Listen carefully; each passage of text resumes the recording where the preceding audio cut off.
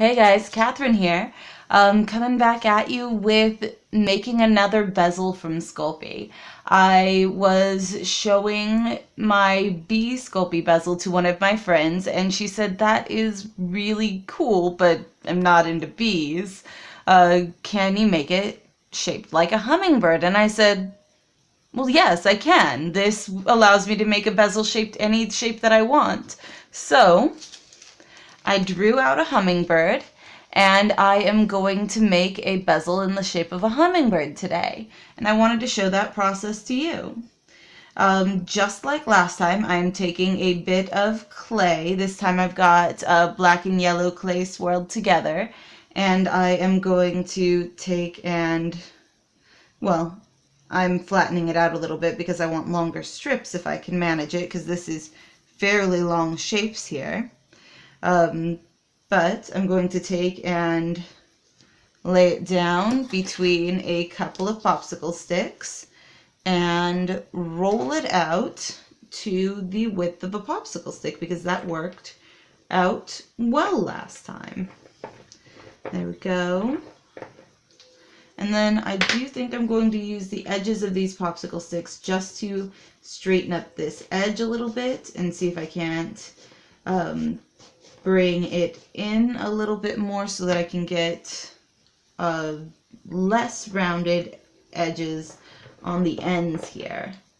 Yeah, see, that pushes out a little bit. I do it a couple more times and that'll give me less rounded ends, which will allow me to cut off less when I am squaring up the ends.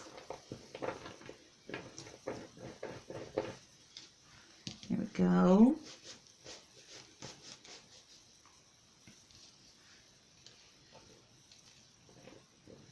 There we are. And then just like I did for the last one, I'm going to take and put the two popsicle sticks together, and I am going to use that to set the width, well, the height for my strips of Sculpey. I've got a craft knife here, an X-Acto blade, in fact, and I am going to just try and hold my sticks as still as possible and run it down the edge. And that gives me about, I say I'm going to end up with, yeah, I'm going to end up with 3 strips of clay from that piece, which isn't so bad, isn't very much, but isn't very little either. Then I'm going to take and peel the first one up and start working. And I think I'm going to start working at the beak. And I'm going to leave this edge curved downward because there's no need to trim it. In fact, I may stretch it out even a little bit longer so that the beak ends up a little bit narrower toward the end, because this is a hummingbird and their beaks are very delicate looking, in my opinion at least. And then I'm going to start by laying that on to where the beak begins and just lining it up with my drawing. There we go. Trying to curve around the top of the head. See if I can't stick that down a bit so that it doesn't move on me as much. And holding it down right before the curve, and then so that it goes out toward the back. And then this is going to need to be squared up, this end, because that curve won't do me any good when I'm trying to match it up with the next piece. And then set my scrap bit aside because I can always use it. And then pull up the next piece and cut off the curved end of it as well. And line it up with this piece and smooth them together as best as I am able. There we go.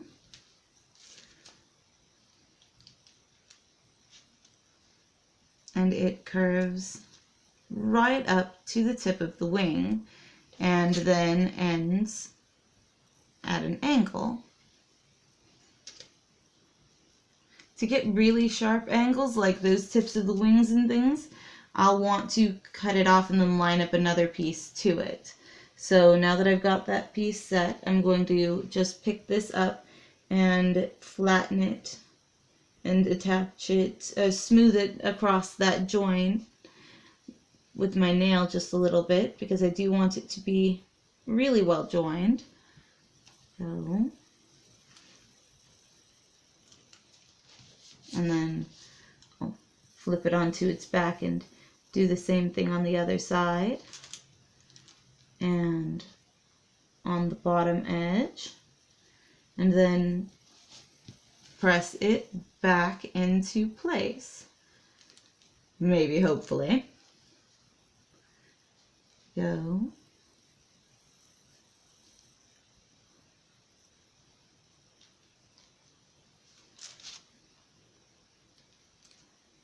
And that stretched out a little bit while I was rolling it around, so that ended up longer than my wing here.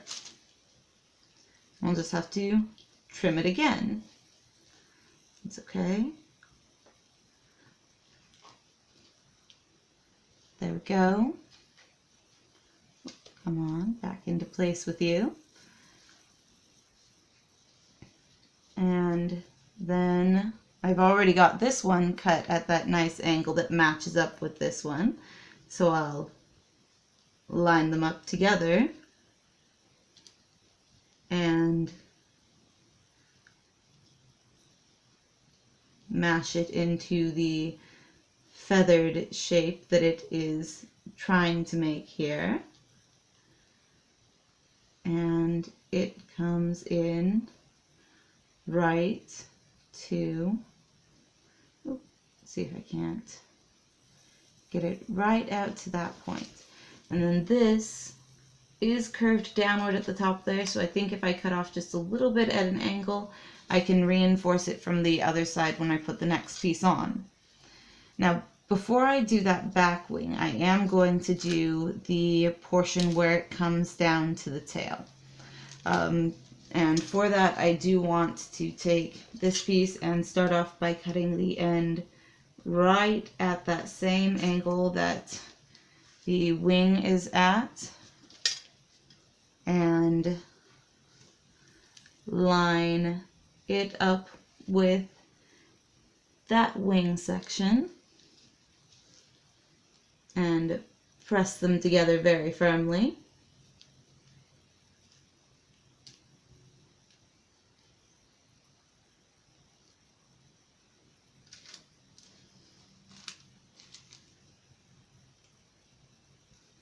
And then this piece comes straight down into a point here, and it is going to come to an angle just like all of our other shirt turns.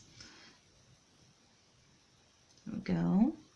So that is starting to come together. But we are running out of flat pieces. Not to worry, however. There we go. Because I've got extras. I pre-rolled and cut a couple of extras because I knew that this piece was going to take a fair bit.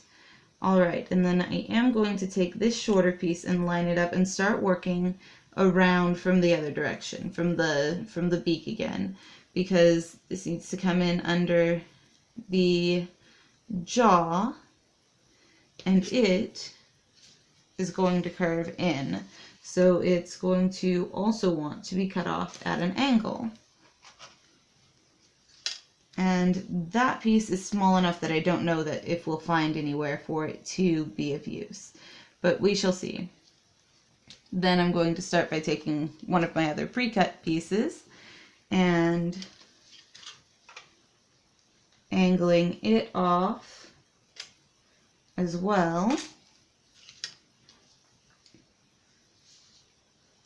And putting it underneath the jaw so that I can start forming the chest. And the chest sort of curves, let's see if I can manage it, in and then out. That got out of shape. That's okay. There we go.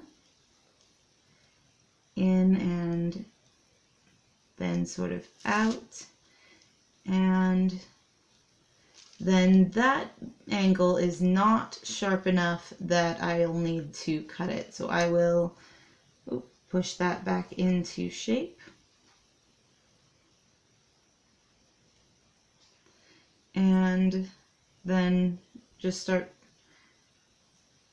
ruffling this downward because it wants to just sort of zigzag back and forth until it meets with the end of the tail.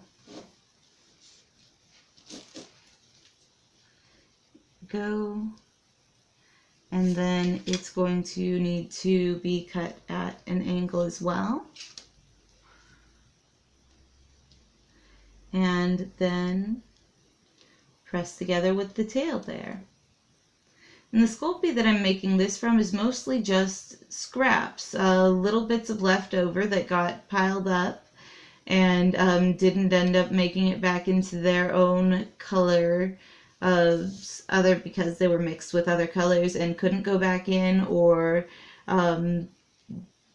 because they ended up in a group and rolled into a ball, or they were small enough scraps that it wasn't worth it to put them away. But there we go, that gives us that. Now I am going to take this one and I am going to just start by zigzagging it. I show that I've drawn 4 small pieces down there, and I don't think I'm going to be able to fit all 4 in the clay because the clay is wider than the marker line. But I think I can manage 3. So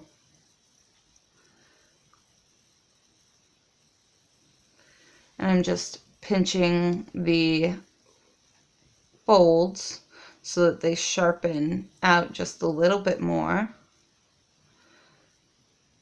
There we go. And that's sort of what I want. Really close enough. And then this needs to be cut at sort of that angle. And it flipped over, so flip it back and press it on. And then it is going to want to be cut on that sort of angle. And I'm mostly just estimating where it's going to need to be cut and then improvising it into the shape. There we go. And then that needs to straighten back down that way. And that's about right, I think. Pretty darn close. That's not very open on the inside though. I bet I can use my knife to open that back up.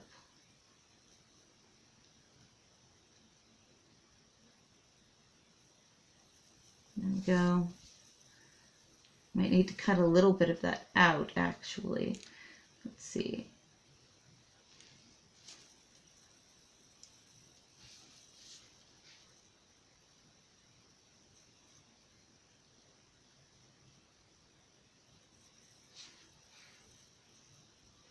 There we go. And then, yeah, just cut a little bit of that away. just to open that inside up a little bit more.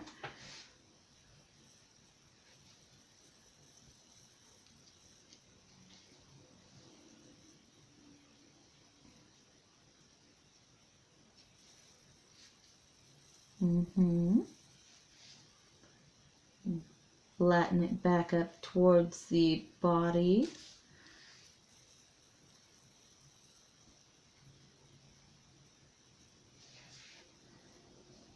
There we go.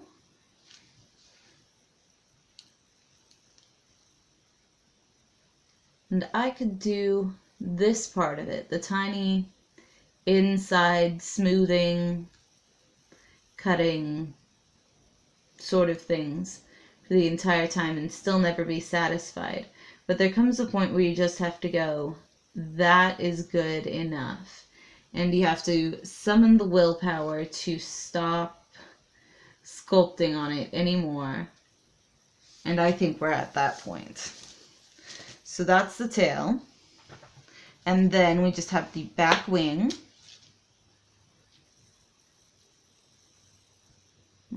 It's flattened down a little bit more. There we go.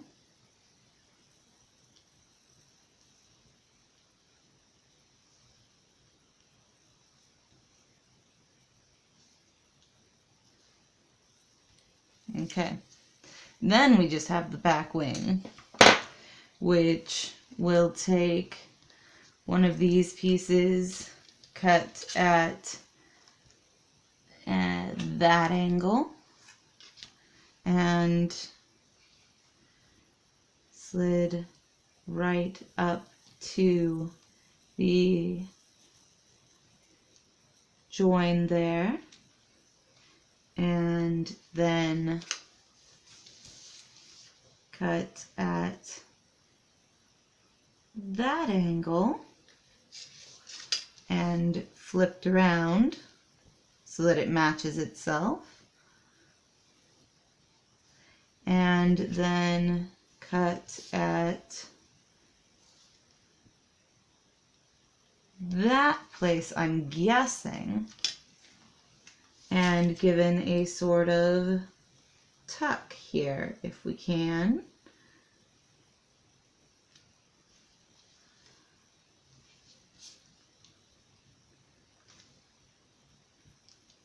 As to indicate feathers a little bit, maybe. Sort of. Kind of. Hopefully. There we go. And that pretty much does it. It needs one last piece, and that's the circle at the top to hang it from the necklace by. So I'm going to use my last piece of scrap and cut it at that angle, and that is going to end up being like that. And then I will use that craft knife actually and just wrap it around, and then that will give me the other angle to cut it at with a fairly nice circle. And then I'll just have to uncircleify it in order to get it off of the knife and cut it just a little bit shorter, and then slide it up to the wing where I want to attach it on. And smush it together. And this seal doesn't have to be tight enough to hold resin, but it does have to be tight enough that it's not going to break off when you hang it by your cord or whatever you choose to hang your pendants on. But there you have it, a hummingbird bezel made from Sculpey that you can pour resin into. Not so bad, I think. Let me know what you think. Tell me what you are making out of. Let me know if you make these bezels for yourself and what you make them into and what shapes you do. You can do any shape with this, which I think is just really cool.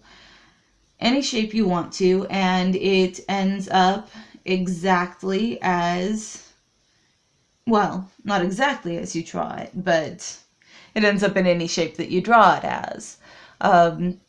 So tell me, because I would be glad to hear it. And see you all next time.